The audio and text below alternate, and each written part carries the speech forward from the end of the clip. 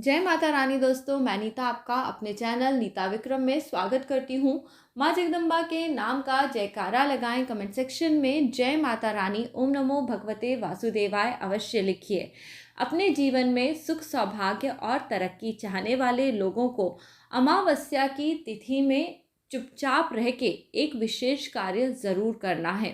इससे आपके जीवन में प्रोग्रेस आएगी, तरक्की आएगी और आपको सफलता मिलने लगेगी। दोस्तों, माघी अथवा मौनी अमावस्या वर्ष 2021 में 11 फरवरी 2021 की तारीख को है। इस दिन गुरुवार का दिन है और साथ ही साथ गज केसरी योग है। करीब करीब 7 वर्षों के बाद गुरुवार के दिन अमावस्या की तिथि गज केसरी योग के साथ आई है। ये बहुत ही पुण्यदायी और लक्ष्मीप्रद योग है। यानी इस दिन विशेष तौर पे पूजा पाठ करने से आपकी हर इच्छा पूरी होगी, धन का लाभ होगा और जीवन में खुशियाँ बढ़ेंगी।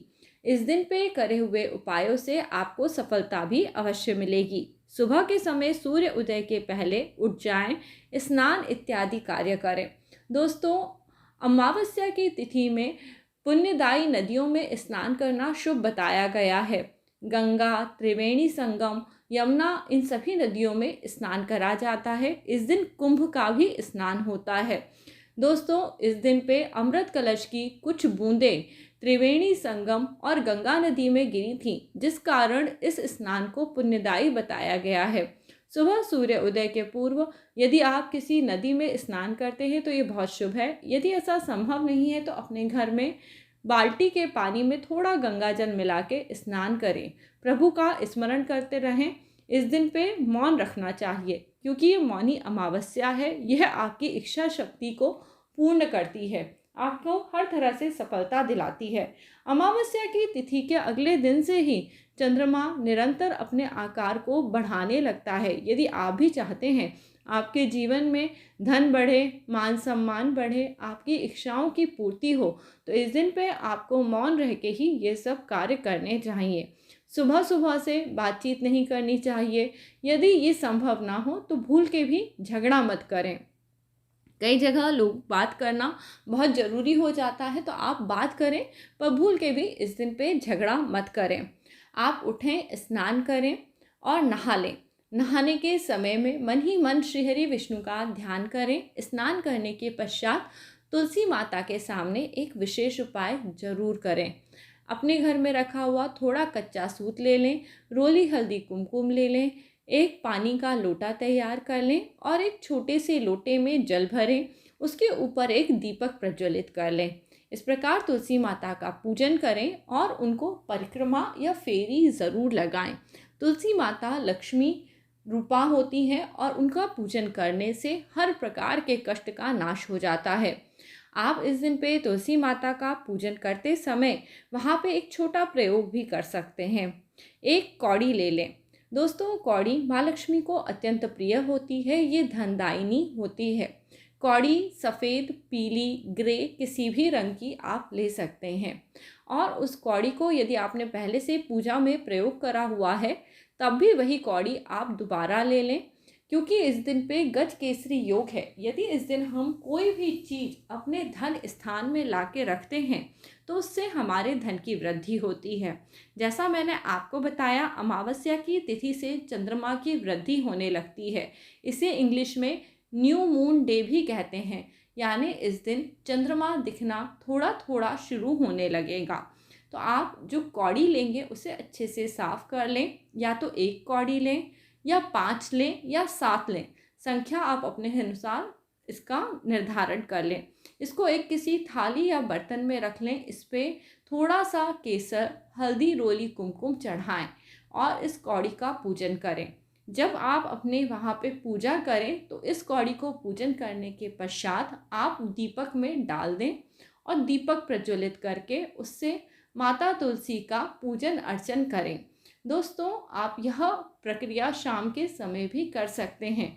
शाम में जब सूर्य अस्त का समय हो उस समय पे इस प्रकार से कौड़ी का पूजन करके माँ तुलसा को दीपक दिखा सकते हैं। इस प्रकार पूजन करने से आपकी हर इच्छा पूर्ण होती है।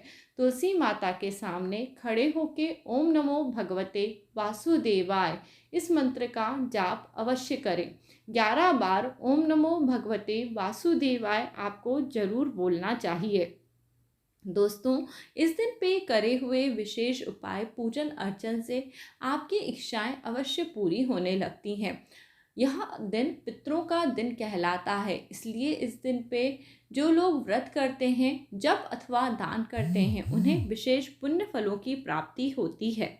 आप इस दिन पे विशेष दान जरूर करें। जब आप पूजन अर्चन करें तो उसके बाद किसी ब्राह्मण या गरीब व्यक्ति के लिए चावलों का दान जरूर करना चाहिए। चावलों के साथ साथ थोड़ी सी पीली हल्दी, थोड़ा सा गुड़ और घी, यह सामान भी यदि आप गुरुवार के दिन पे दान दे देते हैं तो आपके ऊपर यदि गुरु ग्रह की कृपा नहीं हो रही थी या किसी कारण आपका गुरु ग्रह बुरे ग्रहों के बीच में पीड़ित अवस्था में बैठा था, तो उसको आराम मिलता है, जिससे कि आपके जीवन में ज्ञान का प्रादुर्भाव होता है और आपको उचित मार्गदर्शन प्राप्त होता है।